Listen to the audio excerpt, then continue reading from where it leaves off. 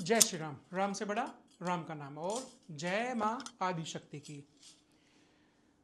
School holidays चल रहे हैं, काफ़ी भक्त आ रहे हैं, बट मोस्टली जो प्रॉब्लम्स आ रही हैं वो ईगो के बारे में है।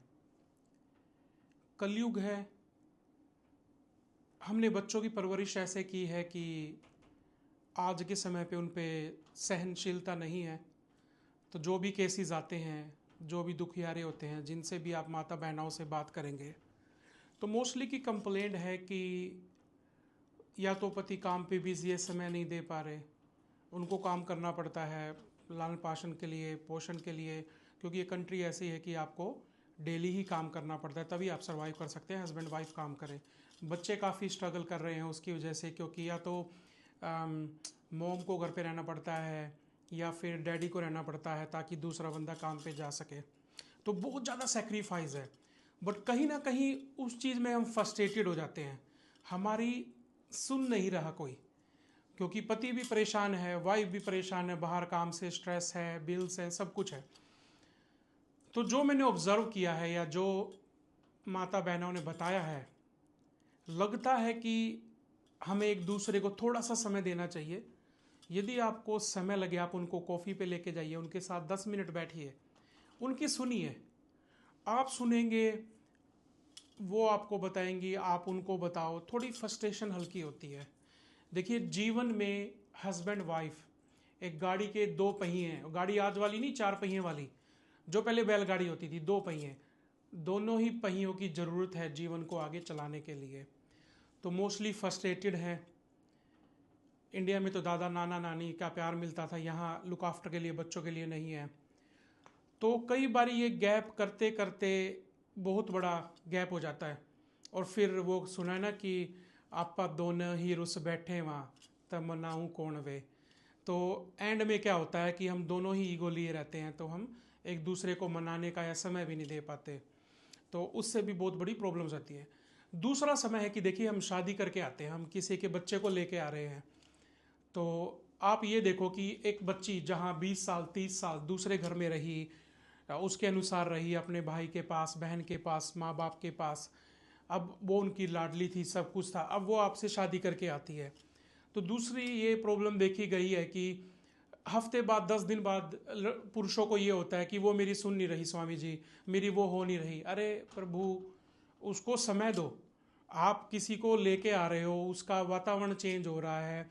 उसको माँ की आदत थी, गलती में भी माँ समझाती थी। सास को भी माँ के रूप में बनना चाहिए ताकि वो समझा सके, और आपको भी समय देना चाहिए ताकि वो आपसे ओपनली बात कर सके। और कुछ हेजिटेशन होती है स्टार्टिंग में, बट कहाँ हम क्या करते हैं, जो कंप्लेंट्स आ रही हैं मोस्टली कि वो मेरे को समझ नहीं पा रही, और हम बाहर खुशी ढूंढना शुरू कर देते हैं।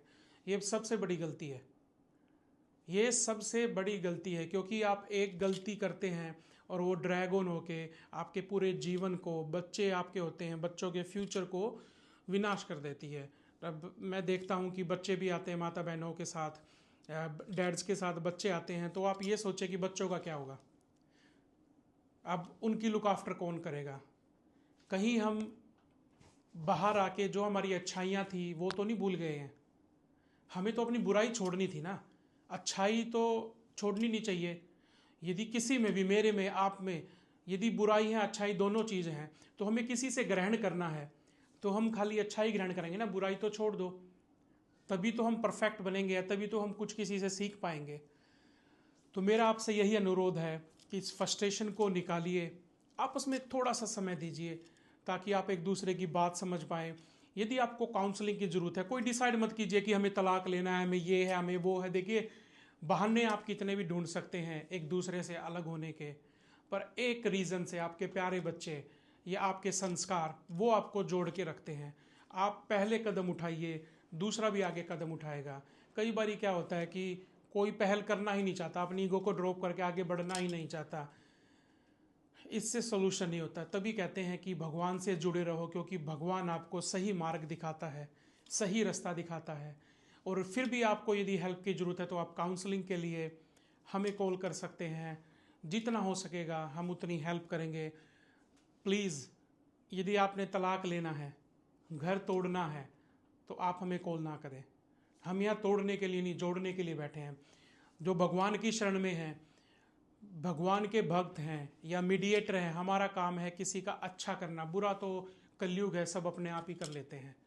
तो आप यदि चाहते हैं कि किसी तरह की आपसे दोनों से बात की जाए, कुछ कई बार क्या होता है कि तीसरा सुनने के लिए चाहिए होता है, सेम चीज़ को समझाने के लिए चाहिए होता है।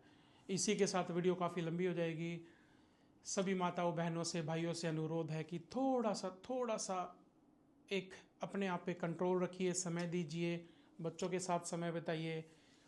जय श्री राम। राम से बड़ा राम का नाम और जय माँ आदिशक्ति की।